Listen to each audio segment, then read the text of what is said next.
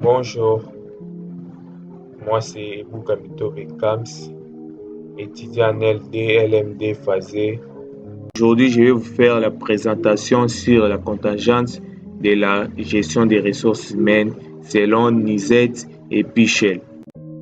Dans notre travail, nous allons parler de la contingence de la gestion des ressources humaines selon Nizet et Pichel. Une approche qui met en évidence les différentes dimensions qui influencent la gestion des ressources humaines. Commençons par une statistique surprenante. Savez-vous que plus de 80% des entreprises rencontrent des défis liés à la gestion de leurs ressources humaines? La contingence de la gestion des ressources humaines offre des pistes intéressantes pour relever ces défis.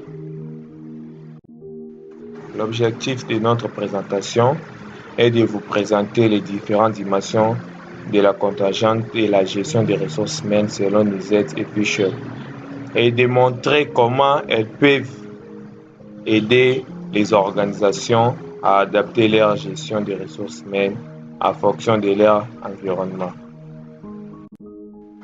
Tableau représentant la contingence de la gestion des ressources humaines selon Nizet et Pichel.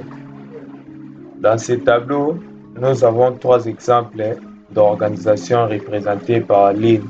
Les colonnes représentent les différents types de contingences, externes, internes et individuelles.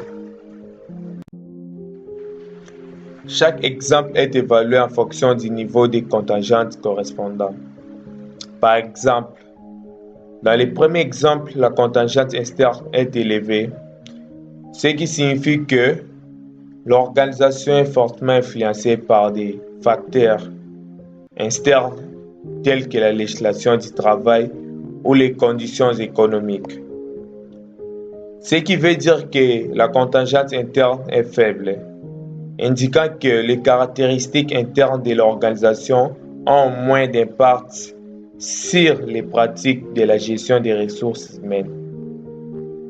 La contingente individuelle est évaluée comme moyenne, ce qui suggère que les caractéristiques individuelles des employés ont une influence modérée sur les pratiques de la gestion des ressources humaines. Ce tableau nous permet de visualiser les différentes combinaisons de contingentes dans nos exemples donnés.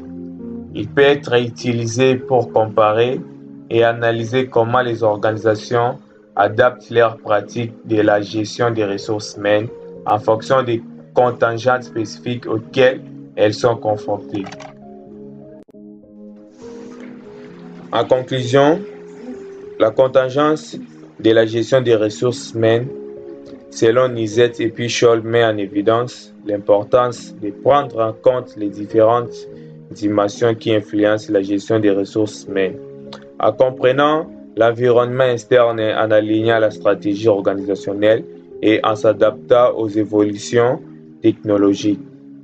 Les entreprises peuvent optimiser leur gestion des ressources humaines et améliorer leur performance.